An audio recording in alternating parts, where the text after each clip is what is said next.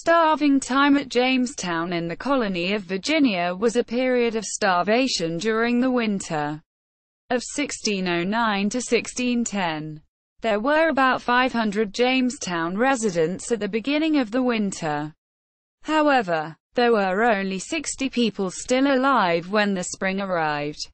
The colonists, the first group of whom had originally arrived at Jamestown on May 13, 1607, had never planned to grow all of their own food.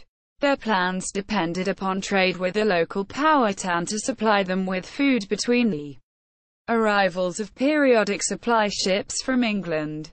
Lack of access to water and a relatively dry rain season crippled the agricultural production of the colonists. Also, the water that the colonists drank was brackish and potable for only half of the year.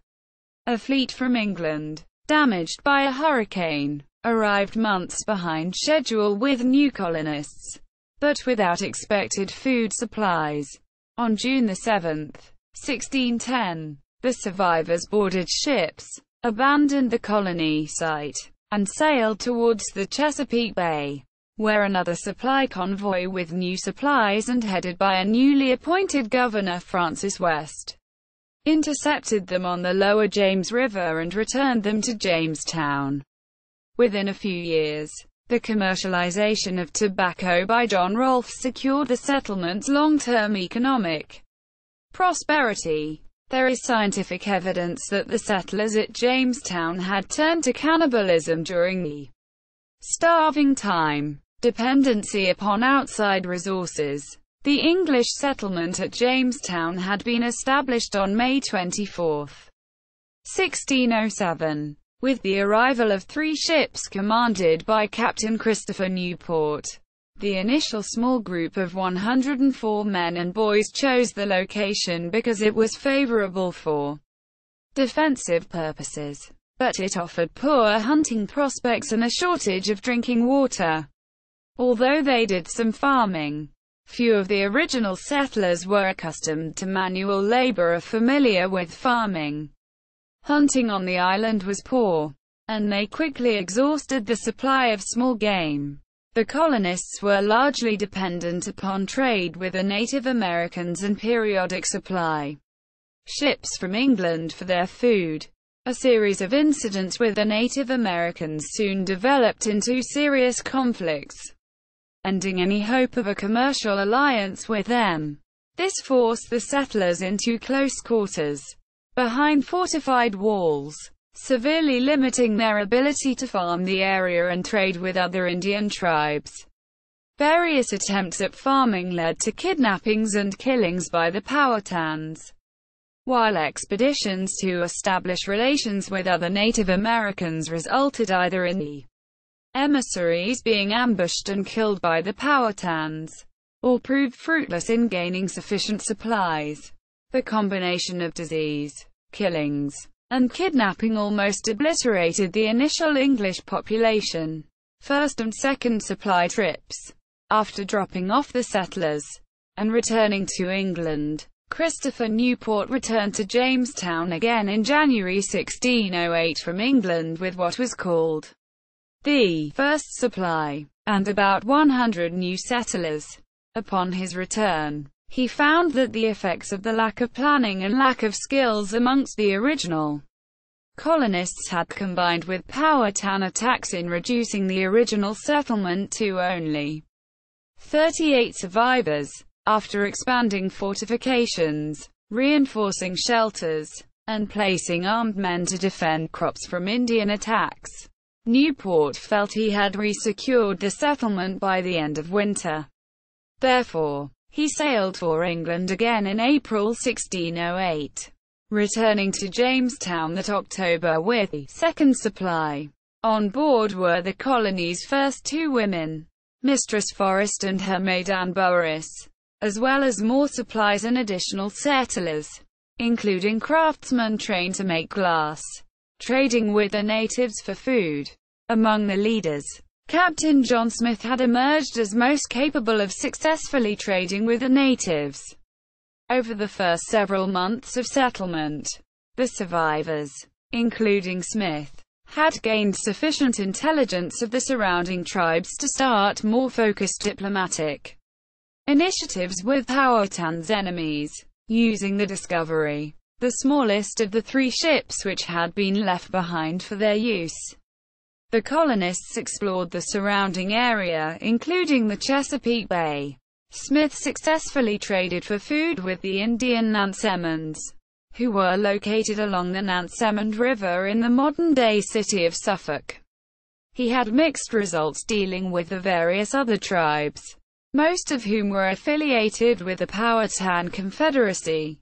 With the coming arrival of the new supply fleet, Captain Smith felt the colony was sufficiently reinforced to engage the Powhatan directly with a diplomatic initiative aimed at securing at least a temporary respite from sniping, kidnapping, and assaulting. Taking a small escort, they made their way through incessant attacks to the capital of the Powhatan Confederacy. During one legendary encounter with the warrior Apishonsena, his life was spared, according to Smith's later account, by the intervention of Pocahontas, the daughter of Chief Powhatan.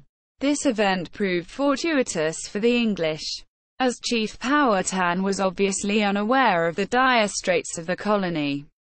For shortly after Newport returned in early January 1608, bringing new colonists and supplies. One of the new colonists accidentally started a fire that leveled all of the colony's living quarters. The fire further deepened the colony's dependence on the Native Americans for food, proving to Chief Powhatan the weakness of the English colony. In August 1609, Smith, who had gained the respect of the Powhatans, was injured in a gunpowder accident and had to return to England for medical treatment, leaving on October 4, 1609. With Smith gone, the Chief Powhatan felt clear to end the truce, and he began a campaign to starve the English out of Virginia. The Powhatans stopped trading with the colonists for food. John Ratcliffe, captain of the Discovery, became colony president and tried to improve the colony's situation by obtaining food. Hoping to emulate Captain Smith, John Ratcliffe attempted a trade mission. Shortly after being elected, he was captured by Chief Powhatan and tortured to death, leaving the colony without strong leadership. The Powhatans carried out additional attacks on other colonists who came in search of trade. Hunting also became very dangerous, as they killed any Englishmen they found outside of the fort. Third Supply. The Sea Venture was the new flagship of the Virginia Company of London. The Virginia Company's Third Supply mission was the largest yet, led by the Sea Venture, which had been especially built for the purpose. The Sea Venture was considerably larger than the other 8 ships traveling with her. She carried a large portion of the supplies intended for the Virginia colony. The Third Supply to Jamestown with a 9-vessel fleet left London on June 2, 1609. Veteran Captain Christopher Newport commanded the Sea Venture as Vice Admiral. Also aboard the new flagship were the Admiral of the company, Sir George Somers, Lieutenant General Sir Thomas Gates, William Strachey, and other notable personages in the early history of English colonization in North America. While crossing the Atlantic Ocean, the convoy transporting 500 new colonists and supplies ran into a severe storm, possibly a hurricane, which lasted for 3 days. The Sea Venture and one other ship were separated from the 7 other vessels of the fleet. Admiral Somers had the Sea Venture deliberately driven onto the reefs of Bermuda to prevent her sinking. The 150 passengers and crew members all landed safely on July 28, 1609, but the ship was now permanently damaged. In the aftermath of the storm, 1 ship returned to England. The other 7 ships arrived safely at Jamestown, delivering 200 to 300 men, women, and children, but relatively few supplies. since most had been aboard the large flagship. In the colony, there was no word of the fate of the Sea Venture, its supplies, passengers, or the leaders who had been aboard her. Captain Samuel Argall, commanding one of the ships of the third supply which made it to Jamestown, was among those who hurried back to England to advise of Jamestown's plight. However, no further supply ships from England arrived that year, nor the following spring, winter 1609 to 1610. At Jamestown, a drought earlier in 1609 during the normal growing season had left the fields of the colonists of Virginia barren. Between the lack of trade with the Native Americans and the failure of the third supply to arrive with expected supplies, the colony found itself with far too little food for the winter. With the new arrivals, there were many more mouths to feed. There are different interpretations as to what occurred during the horrid winter of 1609 to 1610. Some sources say that the colonists were under siege by the Powhatan Native Americans, but the lack of primary documentation reveals the hastiness in that conclusion.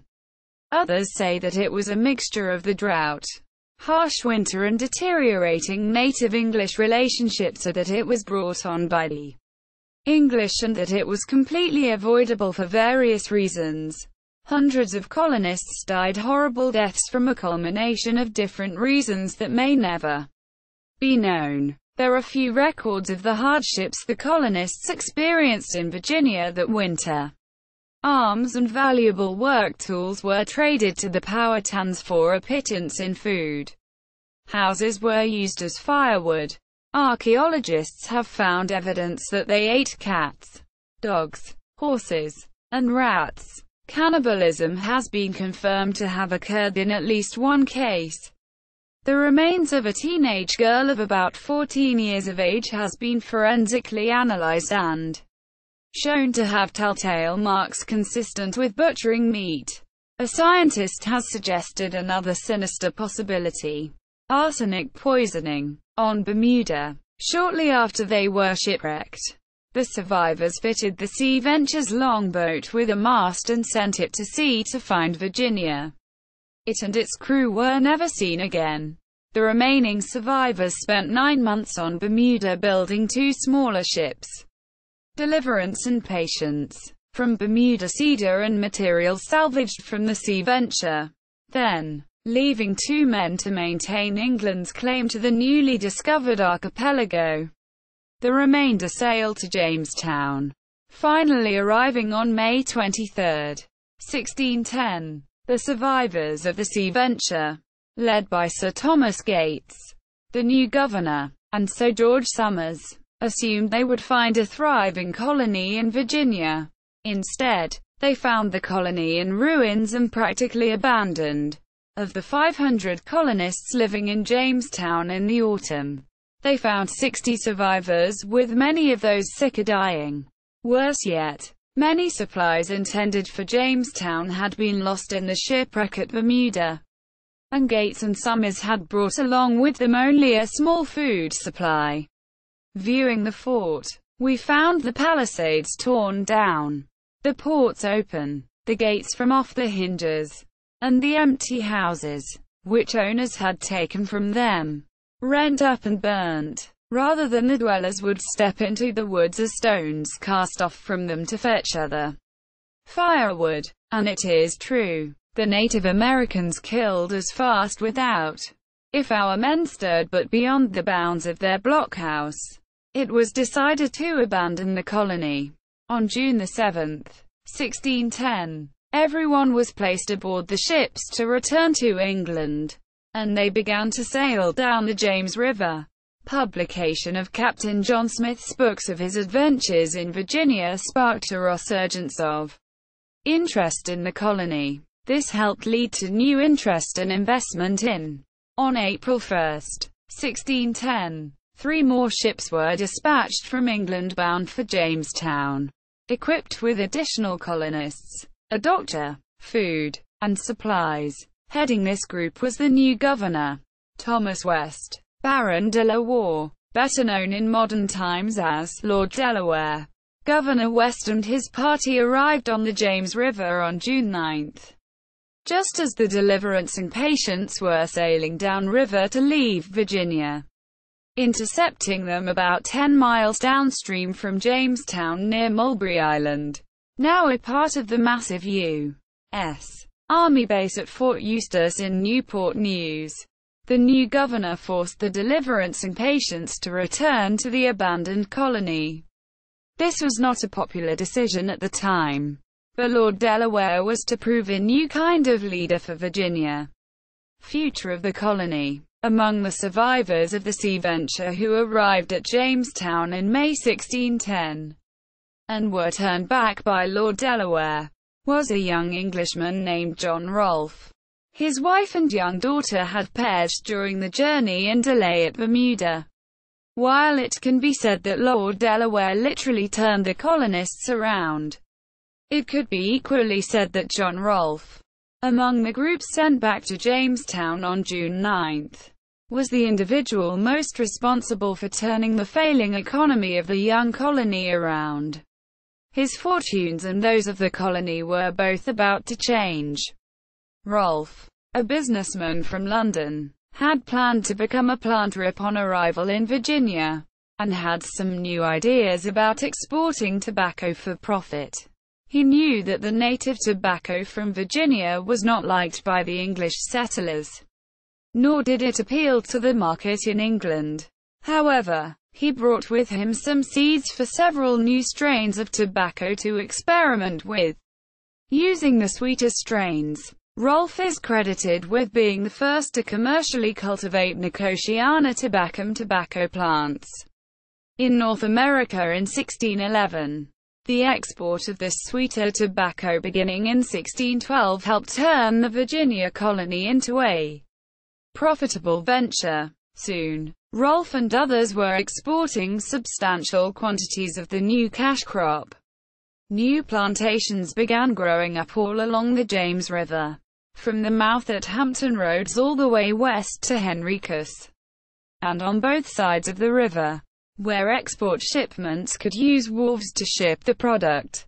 John Rolfe became prominent and wealthy, and soon held an interest in several plantations, including a large farm on Mulberry Island, just ashore from where Lord Delaware had met the group departing Jamestown only a few years earlier. John Rolfe is said to have founded Verena Farms near Sir Thomas Dale's progressive new city of Henricus, and in 1614, he married Chief Powhatan's daughter, the Native American Princess Pocahontas, who had converted to Christianity and taken the name Rebecca. The couple had one son named Thomas Rolfe, who was born in 1615. Aftermath. The arrival of Lord de la Warre with a substantial armed force of pilgrims filled with patriotic fervor spreading Protestantism, resulted in a counter-offensive against the Powhatan Confederacy. The campaign ended the Powhatan siege and resulted in the marriage of Pocahontas and John Rolfe, which introduced a short period of truce between the English and the Powhatan Confederacy. Although the truce was a short one, it allowed the English to fully secure the colony's fortifications and housing, expand its farming, develop a network of alliances with other Indian nations, and establish a series of outlying, smaller settlements. The Powhatan Confederacy attempted two other wars against the English, including the Second Powhatan War, which was initiated by the Massacre of 1622, and the Third Powhatan War, which was initiated by another surprise massacre of the colony's vulnerable women and children. However, each attack was met with stiff resistance, a counter-offensive, severe reprisals, and eventual defeat of the Powhatan Confederacy. After almost 40 years of tenuous existence surrounded by a generally hostile Indian nation, the Virginia colony emerged victorious and effectively devastated the Powhatan nation and broke up the Confederacy by 1646.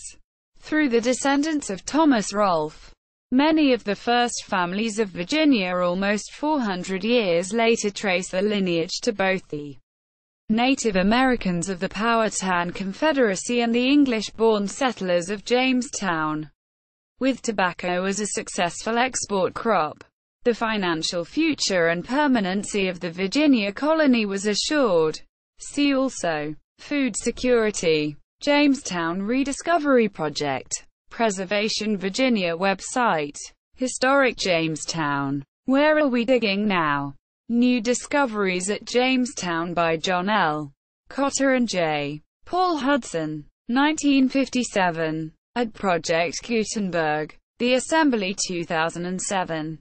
Celebrating the 400th anniversary of the first landing.